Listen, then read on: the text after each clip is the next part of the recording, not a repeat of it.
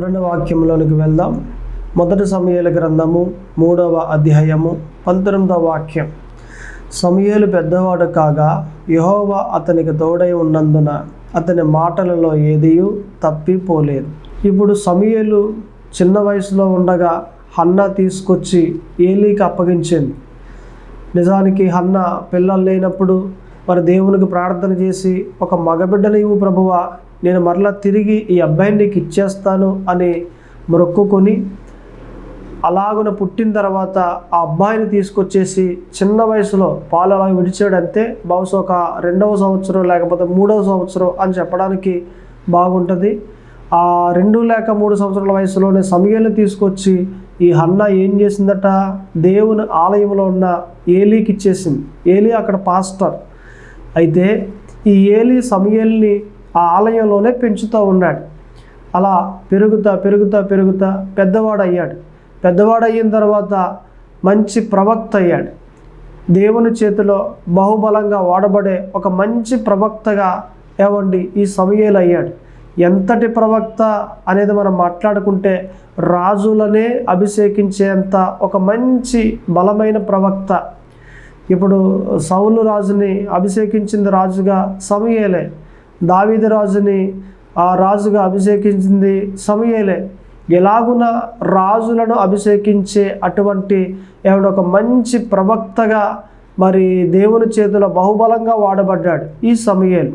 అయితే చిన్నవానిగా ఉన్నప్పుడు అది వేరే, కానీ ఈ సమూయేలు పెద్దవాడైన తర్వాత తన మాటలలో ఒక్క మాట కూడా పొల్లు మాట రాలేదట. అంటే ఇప్పుడు ఈ సమూయేలు ఒక మాట పలికితే దేవుడు దాన్ని నెరవేర్చేవాడు. కింద పడిపోకుండా ఆ మాట వెంటనే నెరవేర్చేవాడు. సమూయేలు ఒక మాట పలికితే చాలు, ఆ మాటను దేవుడు ఏం చేసేవాడట, నెరవేర్చేవాడు. ఎందుకని? అటువంటి ఏది పొల్లి మాటలు ఏమీ కూడా వచ్చేవి కావు. సమూయేలు ఎలా మాట్లాడేటి, ఇంత వ్యర్థంగా మాట్లాడేటి, దోషకరమైన మాటలు మాట్లాడేటి సమూయేలు అనే మాట అనేది సమూయేలు నోట వచ్చుండేది కాదు. కాబట్టే సమూయేలు ఏది పలికినప్పటికీ ఆ మాటను దేవుడు నెరవేరుస్తూ ఉండేవాడు. ఈరోజు నేను అంటాను కదా, చిన్నపిల్లలుగా ఉన్నప్పుడు మనం ఏదో అలా సాగిపోయిందిలే, మన మాటలు దోషకరమైన మాటలు వచ్చాయి, వ్యర్థమైన మాటలు వచ్చాయి, దేవునికి విరోధమైన మాటలు వచ్చాయి, ఓకే. కానీ ఇప్పుడు పెద్దోళ్ళమయ్యే భక్తిలో మనం పెద్దవారు అయిన తర్వాత మన నోట ఏదైనా దోషకరమైన మాట, పాపకరమైన మాట వచ్చింది అంటే దేవుడు ఎంత బాధపడతాడు, నీ ఆత్మీయ జీవితం కూడా ఎంత పాడైపోతుంది. నీ నోటి మాటను బట్టే కదా నీ జీవితం బాగుపడాలన్నా పాడైపోవాలన్నా. నీ మాటలను సరి చేసుకుంటున్నావా? సరి చేసుకోవాలి. నీ మాటలు బాగుంటే నీ జీవితం బాగుంటుంది. నీ మాటలు బాగుంటే ఖచ్చితంగా ఒక ఉన్నతమైన స్థాయిలోనికి నీవు వస్తావు. నీ మాటను కానీ సరి చేసుకోకపోతే నీవు ఉన్నతమైన స్థాయిలోనికి రాలేవు.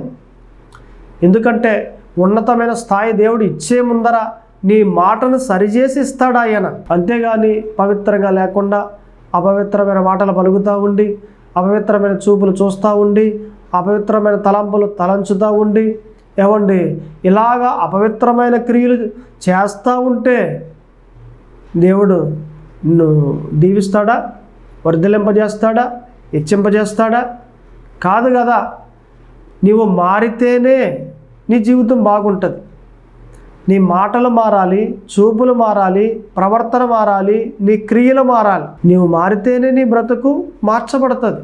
కాబట్టి ఈ సమూయేలు పెద్దవాడైనప్పుడు ఎలా ఉన్నాడట, తన మాటలలో ఒక్క మాట కూడా తప్పిపోకుండా మాట్లాడాడు. అంతలాగున సమూయేలు దేవుని దగ్గర నడుచుకున్న వాడే మనకు కనిపిస్తూ ఉన్నాడు. కాబట్టి మనం పెద్దవాళ్ళం అయ్యాం. ఎలాగా? భక్తిలో ఆత్మీయంగా మనం చూసుకుంటే పాలు తాగే వయసులో లేం, అన్నం తినే వయసుకు వచ్చాం. మనం పెద్దవాళ్ళం అయ్యాం కాబట్టి మన మాటలు బాగు చేసుకోవాలి, సరి చేసుకోవాలి. మన చూపులు సరి చేసుకోవాలి, మన ప్రవర్తన మనం సరి చేసుకోవాలి. ఎలాగా మన క్రియలు ఉన్నాయి, వాళ్ళతో వెళ్తున్నాం కదా, ఎటువంటి క్రియలు చేస్తున్నాం, వీళ్ళతో మాట్లాడుతున్నాం కదా, ఎటువంటి మాటలు మాట్లాడుతున్నాం, మనం ఇలాగున మన ప్రవర్తనలో కానీ క్రియల్లో కానీ ఎక్కడైనా ఒకవేళ నీకు తేడా కనిపిస్తూ ఉంటే ఖచ్చితంగా వాటిని మానుకుని సరిచేసుకుని నీ ఆత్మీయ జీవితాన్ని బలపరుచుకునే వ్యక్తిగా నీ ఉంటే ఎంత బాగుంటుంది. దేవుడు ఎంత సంతోషపడతాడు. నిన్ను అందలము ఎక్కించడా. అందుకే యేసు ప్రభువు ఒక మాట అన్నారు, వెలిగింపబడిన దీపాన్ని దీపస్తంభం మీదే పెడతాను కానీ కొంచెం కింద మంచం కింద పెట్టను. ఎవరు పెడతారంట అలాగా? ఎవరైనా పెడతారా? ఒక దీపాన్ని వెలిగించి కొంచెం కింద పెడతారా? మంచం కింద పెడతారా? అసలు దీపాన్ని వెలిగించడానికి ఉద్దేశం ఏంటి? ఆ గదంతా వెలుగు రావాలని వెలిగించడానికి ఏమంటే ఆ ఉద్దేశం అదే. మరి వెలిగించేటప్పుడు ఉద్దేశం గదంతా వెలుగు రావాలి కదా. వెలిగించిన తర్వాత కొంచెం కింద పెడితే మంచం కింద పెడితే ఎందుకు పెడతారు? అక్కడ పెట్టరు కదా. గదంతా వెలుగు రావాలంటే ఖచ్చితంగా దీపస్తంభం మీదే పెడతారు. ఒక బల్ల మీద కానీ గదంతా వెలుగు వచ్చేటట్లుగా ఒక దీపస్తంభం మీద కానీ పెడతారు. కాబట్టి నిన్ను వెలిగించాడు దేవుడు అంటే ఖచ్చితంగా దేవుడు నిన్ను వాడుకుంటాడు. నేను పవిత్రంగా చేస్తున్నాడంటే కారణం ఏంటి? నీ మీద ఒక ఉద్దేశం ఉంది, వాడుకోవాలనే ఉద్దేశం. నేను నీతిమంతురాలుగా చేస్తున్నాడంటే కారణం ఏంటి? నీ మీద ఒక ఉద్దేశం ఉంది. అందుకని నేను వెలిగిస్తూ ఉన్నాడు ఆయన. వెలిగించిన తర్వాత నేను దీపస్తంభం మీద అంటే ఒక అధికారిగా కానీ లేదా ఒక సేవకునిగా కానీ ఒక సేవకురాలుగా కానీ ఏదో నీ మీద ఒక ఉద్దేశం కలిగి ఉన్నాడు కాబట్టి నేను వెలిగిస్తూ ఉన్నాడు ఆయన.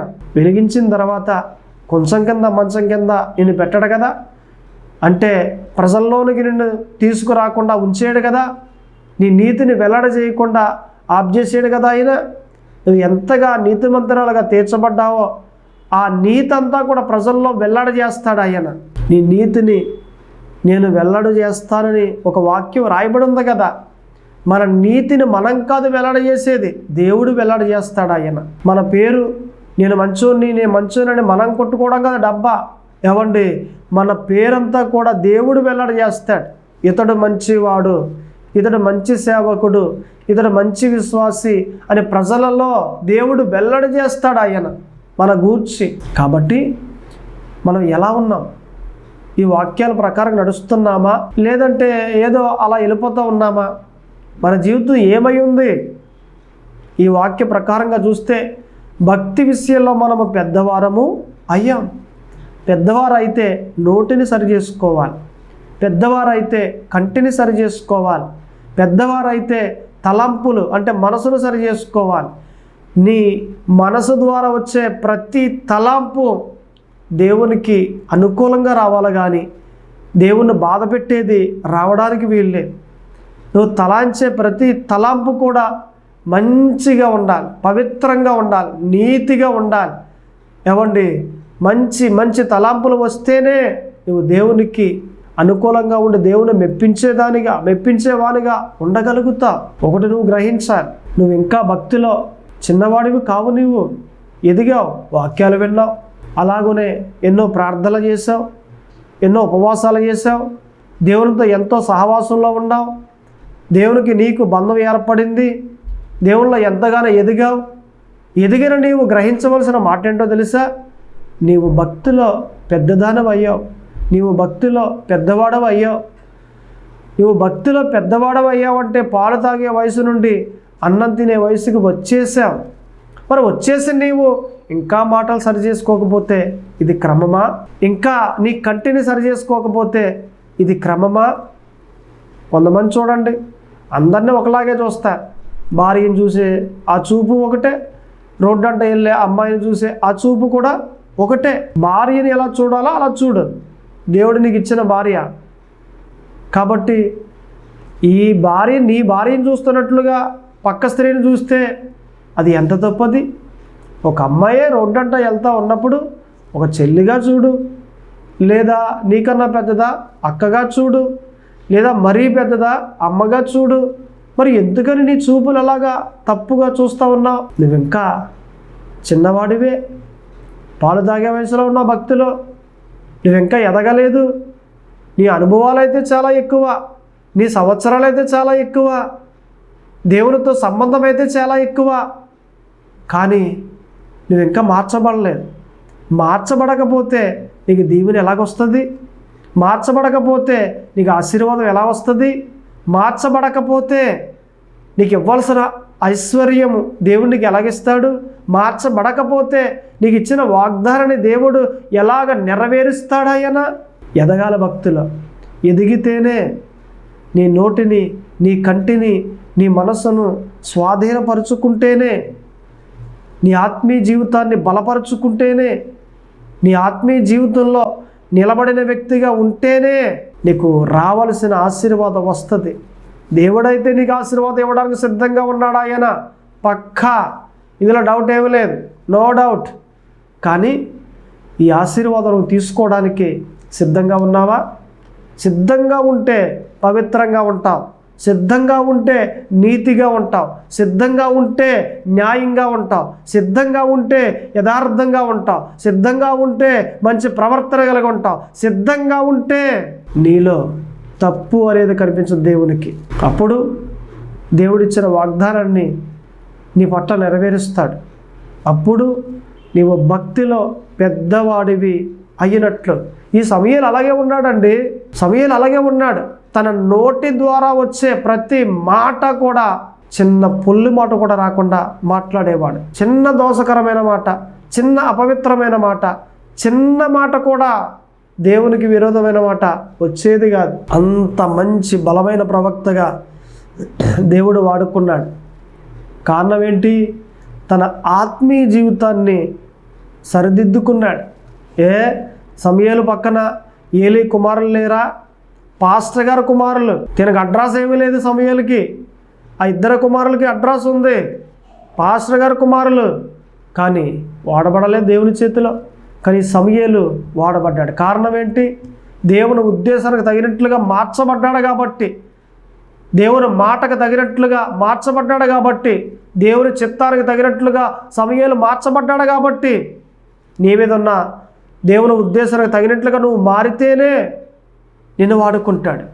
నీ మీద ఉన్న దేవుని చిత్తానికి తగినట్లుగా నువ్వు మారితేనే నిన్ను వాడుకుంటాడు. వాగ్దానం ఉందండి, వాగ్దానం ఉందండి, దేవుడు నాకు ఇచ్చాడండి. ఆ వాగ్దానానికి తగినట్లుగా నువ్వు మారుతున్నావా?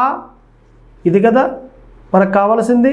మారకపోతే ఆ వాగ్దానం దేవుడి నీ పట్ల నెరవేర్చలేడు. నీవైతే ఇలాగా సాగుతూనే ఉంటావు. ఎన్ని దినములైనా ఎన్ని రోజులైనా అయిపోతాయి. ఇప్పుడు చూడండి, ఇశ్రాయేలు కూడా అరణ్యంలో ఎన్ని సంవత్సరాలు నడిచారట? 40 సంవత్సరాలు. నెరవేర్చాడా దేవుడు? నెరవేర్చలేకపోయాడు. కానీ దేవుడు మంచి మనసు కలిగి ఉండి వారి బిడ్డలకు ఏమన్నా వాగ్దానం నెరవేర్చాడు. ఎందుకని? ఆయన మాటిచ్చాడు కాబట్టి. మాటిచ్చాడు నెరవేరుస్తానని. అబ్రహాముకు మాటిచ్చాడు. ఆ మాట నెరవేర్చడానికి దేవుడు తన బిడ్డల్ని తీసుకుని వెళ్ళి వాగ్దాన దేశం ఇచ్చాడు. మాట నెరవేర్చుకున్నాడు. మరి ఏళ్ళమైపోయారు? ఐగుప్తు దేశంలో బయలుదేరిన ప్రజలంతా కూడా అరణ్యంలో చనిపోయారు. పిట్టల్లాగా రాలిపోతారు అని దేవుడు ఈ మాదిరి చెప్పాడు. రాలిపోయారు, అరణ్యంలో చనిపోయారు వాళ్ళంతా. ఎందుకని వాగ్దానం పొందుకోలేదు? వాళ్ళంతా కూడా ఒక్కసారి గ్రహించాలి. మారలేదు. దేవుని కొలతలకు వారు రాలేదు. దేవునికి విరోధంగానే నడిచారు. కార్యం జరిగిందనుకోండి, యెహోవాయే మా దేవుడు అనేవారు. శ్రమ వచ్చిందనుకోండి, ఏడి యెహోవా దేవుడు ఏడి ఉన్నాడా? మాకు అసలు న్యాయం చేస్తున్నాడా? ఆయన బట్టే కదా అరణ్యంలోకి వచ్చాం. తింటాక ఆహారం సరిగ్గా ఉండట్లేదు, త్రాగడానికి నీళ్ళు సరిగ్గా ఉండట్లేదు. ఈ బాధలేంటి? మేము మళ్ళీ అక్కడికి వెళ్ళిపోతే బాగుంటుందేమో మా జీవితం. ఇలా మాట్లాడి దేవుణ్ణి ఎంతగానో బాధ పెట్టేవారు. కానీ దేవుని మెప్పించే మాటలు కానీ, దేవుణ్ణి సంతోషపరిచే మాటలు కానీ ఇశ్రాయేలీయులు మాట్లాడేవారు కాదు. అందుకే అరణ్యంలో 40 సంవత్సరాలు తిరిగి ఆ అరణ్యంలో చనిపోయారే కానీ వాగ్దాన దేశంలోనికి రాలేదు. ఐగుప్తు దేశంలో నుండి బయలుదేరిన ప్రతి ఒక్కడు కూడా వచ్చిన వారు ఇద్దరు. ఒకటి కాలేబు, రెండవది యెహోషువ. ఇద్దరు మాత్రమే వచ్చారు. ఆఖరికి మోసే కూడా అరణ్యములోనే కొండెక్కి వాగ్దాన దేశాన్ని చూసి చనిపోయాడు. వాగ్దాన దేశం రాలేకపోయాడు, కానీ దేవుని చేరుకున్నాడు. మీరు భక్తిలో పెద్దవారయ్యారా? అయితే ఖచ్చితంగా మీ మాటలు సరి చేసుకోవాలి. మీరు భక్తిలో పెద్దవారయ్యారా? అయితే మీ కంటిని సరి చేసుకోవాలి. మీరు భక్తిలో పెద్దవారయ్యారా? మీ మనసును సరి చేసుకోవాలి. నోటి ద్వారా వచ్చే మాట కానీ, కంటి ద్వారా వచ్చే చూపులు కానీ, మనసు ద్వారా వచ్చే తలంపులు కానీ దేవునికి విరోధంగా రాకుండా మీరు చూసుకోగలిగితే నా దేవుడు మీ పట్ల ఉన్న ఆ ఉద్దేశాన్ని నెరవేర్చుకుంటాడు. నా దేవుడు మీ పట్ల ఉన్న ఆయన చిత్తాన్ని నెరవేర్చుకుంటాడు. మీకు ఇచ్చిన వాగ్దానాన్ని నా దేవుడు నెరవేరుస్తాడాయన. ఆయన సిద్ధంగానే ఉన్నాడు. మారడానికి మీరు సిద్ధంగా ఉన్నారా? ఇంకా మనం చూస్తే వాక్యాలు మనకు కనిపిస్తాయి. 1 కొరింథీ 13:11 మనకు కనిపిస్తుంది. పౌలు మాట్లాడతాడు, నేను పిల్లవాడినై ఉన్నప్పుడు పిల్లవాని వలె మాట్లాడి తిని, పిల్లవాని వలె తలంచి తిని, పిల్లవాని వలె యోచించి తిని, ఇప్పుడైతే పెద్దవాడనై పిల్లవాని చేష్టలు మాని తిని. పౌలు కూడా ఒకప్పుడు ఎలా ఉన్నాడట? పిల్లవాడు ఎలా మాట్లాడాడో అలాగే మాట్లాడాడట. ఇప్పుడు మానేశాడట పెద్దోడు అయిన తర్వాత. అంటే అర్థం ఏంటి? బైబిల్లో ఏమండి మనకు కనిపిస్తుంది. ఆ నిజానికి పేతురు భోజనం చేస్తున్నాడు అన్యుల్లో. పౌలు వచ్చాడు, ఏవయ్యా పేతురు, నీకు అసలు బుద్ధి ఉందా? అన్యుల్లో కూర్చుని తింటావా? నువ్వేమో బోధ చేస్తున్నావు. ఈ అన్యుల్లో నుండి ఏది క్రైస్తవుల్లోకి రండి, యేసుప్రభుని నమ్ముకోండి అని బోధ చేస్తున్నావు కదా పేతురు. ఏంటి మరి నీ పని ఏంటిది? నువ్వు చేసే మాటలకు, నువ్వు చేసే బోధకు, నువ్వు తినే ఆహారానికి ఏమైనా సంబంధం ఏమైనా ఉందా?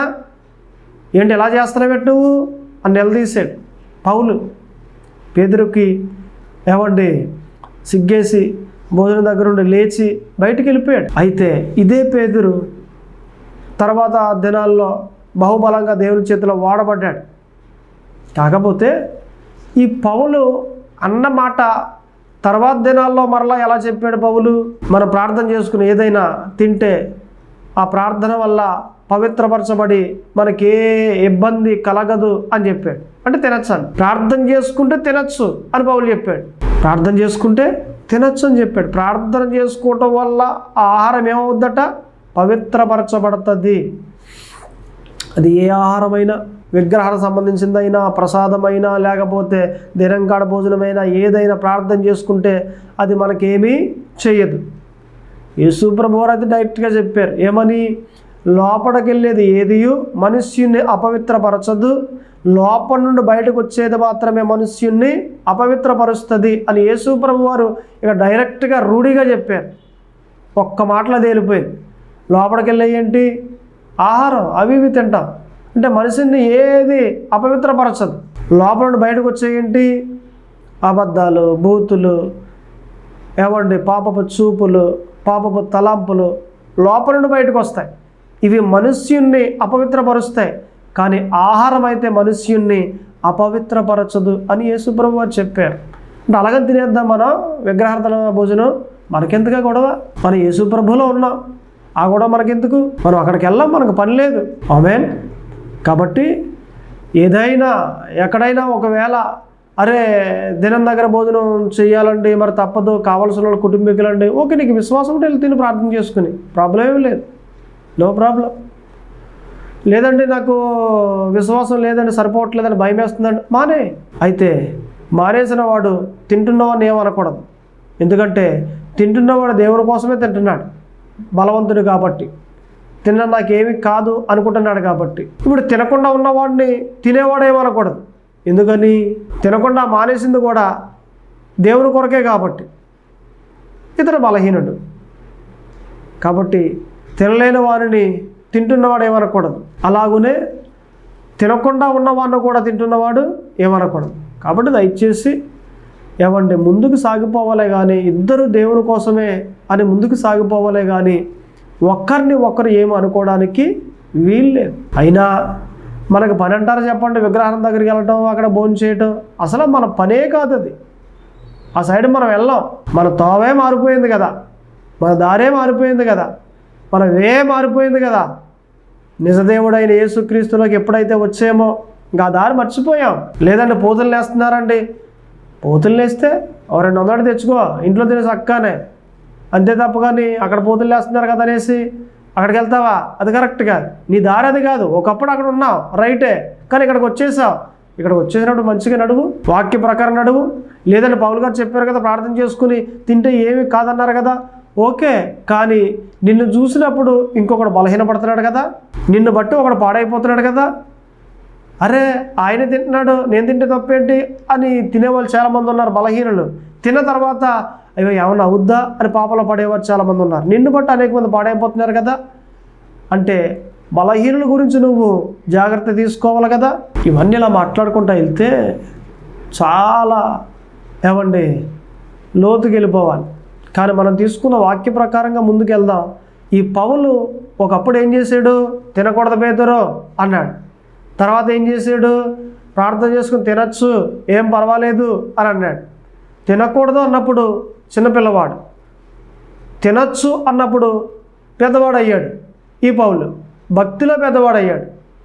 ఈ తినకూడదు అన్న తర్వాత దేవుడు ఈ పౌలుకి పాఠాన్ని నేర్పించి భక్తిలో పెద్దవాడిని చేశాడు. ఇదే పౌలు నా వలే ఉండండి, పెళ్లి చేసుకోకుండా అన్నాడు. కొన్నాళ్ళు పోయిన తర్వాత ఎబ్రీ దగ్గరికి వెళ్ళిన తర్వాత ఎబ్రీయులకు రాసిన పత్రికలో వివాహము అన్నిటికన్నా ఘనమైనది అని అన్నాడు. చూడండి, మొదట ఏమన్నాడట? నా వలే ఉండిపోండి మీరంతా, పెళ్లి చేసుకోకుండా అని అన్నాడు. తర్వాత వివాహము అన్నిటికన్నా ఘనమైనది అని చెప్పాడు. ముందేమో అలా, ఇప్పుడేమో ఇలా. అంటే ముందన్న మాట, ఆ మాట ప్రకారంగా అప్పుడు చిన్నపిల్లవాడు, తర్వాత ఈ మాట ప్రకారంగా భక్తిలో పెద్దవాడు అయ్యాడు. అందుకే ఈ పౌలు ఏమని మాట్లాడుతున్నాడు? నేను చిన్నపిల్లవాడినై ఉన్నప్పుడు పిల్లవాని వలె మాట్లాడి తిని. ఆ మాటకు అర్థం అదే. అలాగే మాట్లాడాను నేను, నా పత్రికలు అలాగే ఉంటాయి చూడండి. కానీ భక్తిలో పెద్దవాడు అయిన తర్వాత నేను పెద్దవాని వలె మాట్లాడుతున్నాను. ఇప్పుడు లాస్ట్లో చూడండి, ఇప్పుడు పెద్దవాడనై పిల్లవాని చేష్టలు మానేసిన అవన్నీ చిన్నదాన్ని పట్టుకుని పెద్ద అడావుడి చేసేసి ఇదే అన్నట్లుగా నేను ఇప్పుడు ఏం చేయట్లేదు. అలాగా అదా నా దేవుడు చూసుకుంటానులే అని ముందుకు వెళ్ళిపోతున్నాను. చాలామంది అలాగే చేస్తున్నారు కదా. ఎలాగా? దోమను ఒడిగట్టి ఒంటిని మిరింగేస్తూ ఉన్నారు. ఇది యేసు ప్రభువు చెప్పిన మాట. పరిసయ్యులు శాస్త్రులు ఏం చేస్తున్నారట? దోమనైతే ఒడిగడుతున్నారు, కానీ ఒంటినే మిరింగేస్తున్నారు అని వారికి చెప్పాడు దేవుడు యేసు ప్రభువు వారు. చిన్నవన్నీ కూడా భూతత్వం పెట్టి చూస్తారు. అమ్మో దశభాగం కరెక్ట్గా ఇవ్వాలి, కొబ్బరికాయ రాలింది కదా దీంట్లో దశభాగం తీయాలి, భూతత్వం పెట్టి తీసి మరీ దశభాగం తీస్తారు. కానీ వ్యభిచారం మాండ్రెళ్ళ, దొంగతనం మాండ్రా, మోసాల మాండ్రా, అబద్ధాల మాండ్రా. ఏది ముఖ్యమైనది? దోమన ఒడియగట్టి ఒంటిని మిరింగవారు మీరే అని యేసుప్రభు ఊరికే అనలేదు అక్కడ. Be careful. మీ ఆత్మీయ జీవితం విషయంలో చాలా జాగ్రత్త కలిగి మీరు ఉండండి. దయచేసి ఒక్కమారు మీరు గ్రహించండి. మన భక్తిలో చిన్నపిల్లలాగా ఉన్నామా, పెద్దవారు అయ్యామా? పెద్దవారైతే ఎలాగుంటాం? నోటిని సరి చేసుకుంటాం. పెద్దవారైతే ఎలాగుంటాం? మన కంటిని సరి చేసుకుంటాం. పెద్దవారైతే ఎలాగుంటాం? మన మనసును సరి చేసుకుంటాం. మనం ఒక ప్రాంతంలో తండ్రి కొడుకులు ఉన్నారు. కొడుకు బాగా కోపం ఎక్కువ అండి, బాగా ఇంత కోపం కాదు. ఇక అసలు కోపం వచ్చిందంటే ఒక్కసారిగా ఇక ఏమున్నా కానీ అన్నీ పాడు చేసేస్తాడు. ఒక రోజున తండ్రి థియేటర్ బాబు ఎలాగున్నా అని కూర్చుని అలాగా ఆలోచన చేస్తే ఒక మంచి తలాంపు వచ్చింది. కొడుకుని కేకేశాడు, ఒరే నీకు కోపం వస్తుంది కదా, వచ్చినప్పుడు ఏది కొండలు మండలు బిందులు అన్నీ మరి పాడు చేస్తున్నావు కదా, నేలనేసి కొట్టేసి ఓ పంచేరా, ఈసారి నీకు కోపం వచ్చినప్పుడు ఈ తలుపు ఉందే, తలుపుకి ఒక మేకు కొట్టు, ఇదిగో మేకు, ఇదిగో సుత్తి అని చెప్పాడు. తలుపు పాడైపోద్ది డాడీ, పాడైపోయినా పర్వాలేదు నువ్వు కొట్టు అని అన్నాడు. అలాగే డాడీ అయితే అని చెప్పాడు. ఆ వారంలో వాళ్ళ అమ్మేదా అందే, కోపం వచ్చేసింది. నన్ను అంటావా ఇంత అలాగా అనేసి మేకు తీసుకుని సుత్తి తీసుకుని ఆ తలుపుకి కొట్టేశాడు. తర్వాత అదే వారంలో స్నేహితుడు ఏదో అన్నాడు అనేసి గబగబా వెళ్ళిపోయి ఎంత మాట అంటావు అనేసి మేకు తీసుకుని సుత్తి తీసుకుని కొట్టేశాడు. మరలా మాస్టర్ ఏదో అన్నారనేసి మేకు తీసుకుని మరలా కొట్టేశాడు దానికి. ఇలాగ వారంలో 3 మేకులు కొట్టాడు. తండ్రికి ఆగేసి అన్నాడు, ఒరే ఎన్ని కొట్టావురా మేకులు? 3 కొట్టాను, 3 సార్లు వచ్చింది కోపం నాకు. అలాగా ఈ వారంలో ఈ 3 మేకుల్లో ఒక మేకు కానీ నువ్వు కొట్టకుండా ఉండగలిగితే నేను నీకు 1000 రూపాయలు ఇస్తానురా అని అన్నాడు. 1000 రూపాయలు ఇస్తావు రాడి? అలాగే ఒకసారి చూస్తారాగు అనేసి ఈ వారంలో ఏదో వాళ్ళ అమ్మంది ఏమండి కోపంలో తట్టుకోక ఒక మేకు కొట్టేసాడు. తర్వాత ఎవడు స్నేహితుడు ఒక మాట అన్నాడు, దాన్ని బట్టి తట్టుకోలేక ఒక మేకు కొట్టేసాడు. కానీ తర్వాత మాస్టర్ అన్న, తండ్రి అన్న, ఎవరన్నా మూడో మేకు కొట్టట్లేదు. ఎందుకని? కొట్టకుండా ఉంటే తండ్రి ఏమిస్తాడట? 1000 రూపాయలు ఇస్తాడు. ఎంత కోపం వచ్చినా కూడా తగ్గించుకుంటున్నాడు. అలా తగ్గించుకుని వారమంతా మేకు కొట్టలేదు. తండ్రి వచ్చాడు, ఒరే ఎన్ని కొట్టేవరా? మేకులు 2 కొట్టాడు ఆడే. ఓ వెరీ గుడ్ అనేసి 1000 రూపాయలు ఇచ్చాడు. ఈ వారం కూడా నువ్వేం చేస్తావంటే ఆ 2 మేకుల్లో ఒక మేకు కొట్టకుండా ఉంటే 2000 ఇస్తానరా అని అన్నాడు. అయితే 1000 మరలా 2000. చాలా బాగుంది డాడీ, అయితే నాకు కావాలా 2000, నేను బట్టలు కొనుక్కుంటాను, నేను అలాగనే పలా చోటకి వెళ్ళి చూడాలని అనుకుంటున్నాను, అక్కడికి వెళ్తాను నేను. రైట్, ఓకే డాడీ, డీల్ అయితే డీల్ ఓకే అనేసి తండ్రితో చెప్పి ఆ వారం అంతా కూడా ఎంత కోపం వచ్చినప్పటికీ తట్టుకుంటున్నాడు. తట్టుకుని ఆఖరికి శనివారం ఏమండి ఒక మేకు కొట్టేసాడు. కానీ ఆదివారం తెల్లవారితే ఈ డీల్ అయిపోద్ది, ఈ గేమ్ అయిపోతుంది. అయితే ఆదివారం తెల్లారింది, ఏమండి ఒక మేక కొట్టాడు, 2వ మేక కొట్టలేదు. డాడీ వచ్చాడు, చూశాడు, ఒరే ఎన్ని మేకలు కొట్టావరా? 1 కొట్టాను డాడీ, 1 కొట్టలేదు, అది తీసుకు 2000. ఈ వారం కూడా ఉందరా ఈ డీల్, ఈసారి ఈ మేకు కూడా కొట్టకుండా ఉంటే 5000 ఇస్తానరా అని అన్నాడు. ఇక చూడండి, ఈ వారంలో ఎన్ని మాటలన్నా కూడా సహించుకుంటూ భరించుకుంటూ ఏమండి ఉమ్మేస్తే తుడిచేసుకుని ముందుకెళ్ళిపోయి కోపం రాకుండా చూసుకుని 5000 పుచ్చుకున్నాడు తండ్రి దగ్గర. ఇప్పుడు తండ్రి అన్నాడు, రే కేవలం 1000, 2000, 5000 గట్టిగా ఈ 3 వారాల్లో నీకు 8000 రూపాయలు వచ్చింది నీ కోపం తగ్గించుకుంటే. కానీ దేవుని దగ్గర నువ్వు తగ్గించుకుని ఇలాగే బ్రతికితే ఒక ఉన్నతమైన ఆశీర్వాదం దేవుడు నీకు ఇస్తాడరా అని చెప్పాడు. అలాగా డాడీ అనేసి ఇక అక్కడి నుండి తగ్గించుకుని ప్రయాణం చేయడం మొదలుపెట్టాడు. ఒక నెలల ప్రయాణం చేసేటప్పటికి కోపం రాకుండా చూసుకున్నప్పటికీ అప్పుడు ఒక మంచి జాబు దేవుడు ఆ అబ్బాయికి ఇచ్చాడు. యవనస్తుడు ఆ జాబ్ చేసుకుంటూ కోపాన్ని తగ్గించుకుని మంచిగా తన జీవితంలో ఎంతో దీవెన పొందుకుని ముందుకు సాగాడు. నేను అంటాను, పెద్దవారైతే కోపాన్ని అణుచుకుంటారు, చిన్నపిల్లలైతే భక్తిలో కోపాన్ని రేగొట్టుకుంటారు. మీరు చిన్నపిల్లల భక్తిలో పెద్దవారా? ఒక్కసారి గ్రహించాను. ఈ సమూయేలు పెద్దవాడయ్యాడు, ఈ పౌలు పెద్దవాడయ్యాడు. హెబ్రీ 11:24లో కూడా మోసే గురించి వ్రాయబడింది, మోసే పెద్దవాడైనప్పుడు అనే మాట. అక్కడ కూడా మోసే పెద్దవాడయ్యాడు. పెద్దవారు ఎలాగుంటారు? ఆత్మీయ స్థితిలో పెద్దవారైన వారు ఆత్మీయ జీవితంలో పెద్దవారైనప్పుడు ఎలా ఉంటారు అనేది ఈ వాక్యం మనకు కనిపిస్తూ ఉంది. మీరు చిన్నపిల్లల భక్తిలో పెద్దవారా? ఒక్కసారి గ్రహించండి. ప్రార్థన చేసుకుందాం. కళ్ళు మూసుకోండి. ప్రార్థన. పరిశుద్ధుడా దేవా తండ్రి, ప్రభువా యేసుక్రీస్తు, అయ్యా ఇదిగో ప్రభువా, ప్రార్థన చేస్తూ ఉండగా మీ కృపాక్షేమములు మెండుగా కలగజేసి మీ కృపతో నింపి బలపరిచి నడిపింపచేయండి. ఆత్మీయ జీవితంలో మేము చిన్నపిల్లలమా పెద్దవారమా? పెద్దవారైతే ఎలాగుంటారు, చిన్నపిల్లలైతే ఎలాగుంటారు అనేది మాతో మాట్లాడి ఉన్నారు. వందనాలు, స్తోత్రములు.